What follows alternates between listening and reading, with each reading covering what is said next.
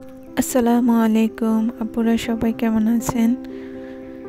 আশা করছি সবাই অনেক ভালো আছেন। আজকে আমি দুই রকমের ভর্তা বানিয়ে দেখাবো, একটি মাছের ভর্তা আর একটি আলুর ভর্তা। এজন্য আমি নিয়ে নিলাম দুটো পেঁয়াজ কুচি, তারপর দিয়ে দিলাম শুকনো মরিচ 5টি। পেঁয়াজগুলি আমি সুন্দর মতো কুচি করে নিয়েছি।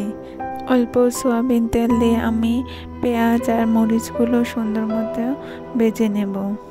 পেঁয়াজগুলি আমি লাল লাল করে ভেজে নেব, আর এর মাঝে আমি দিয়ে দেব ভেজে রাখা মাছ একটু গরম করে নেব। একটি আলু আমি পাতলা করে কেটে হাফ সিদ্ধ করে নিয়েছি, এখন আমি তেলে দিয়ে ভেজে নেব।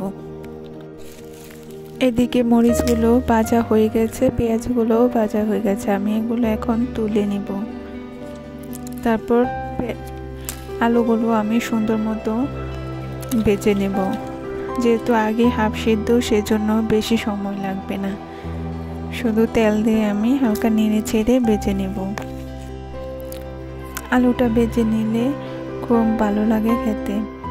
এখন আমি আলুর উপরে সামান্য লবণ ছিটিয়ে দিলাম, তারপর দিয়ে দিব অল্প পরিমাণের তেল। আলুটা ভাজা হয়ে গেলে আমি এক পিঠ ভাজা হলে আরেক পিঠ উল্টিয়ে দিব। এভাবে আমি কিছুক্ষণ সুন্দর মতো আলুটা ভেজে নেব।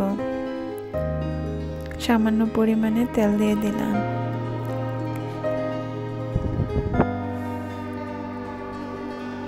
আলুটা সিদ্ধ হয়ে গেলে আমি আলুগুলো তুলে নেব। মাছগুলোও সুন্দর মতো ভাজা হয়ে গেছে। এদিকে আমি মরিচের বোটা ফালিয়ে আমি পেঁয়াজের সাথে সুন্দর মতো মেখে নেব। মাখা হয়ে গেলে আমি দুটো ভাগ করে নেব, একটি মাছের ভর্তা আর একটি আলুর ভর্তার জন্য। এদিকে হয়ে গেছে আমার পেঁয়াজ মরিচ মাখা। তারপর আমি আলুগুলো উঠিয়ে নেব।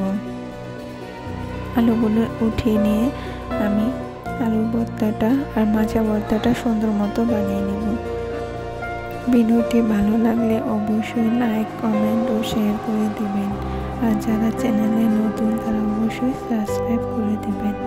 আমার ভিডিওটি দেখার জন্য সবাইকে অসংখ্য ধন্যবাদ। এই মাছের ভর্তা আর আলুর ভর্তাটি গরম গরম ভাতের সাথে খেলে খুবই ভালো লাগে। সামান্য সরিষার তেল দিয়ে নিলে আরো ভালো লাগে। সবাই একবার হলেও বানিয়ে খাবেন।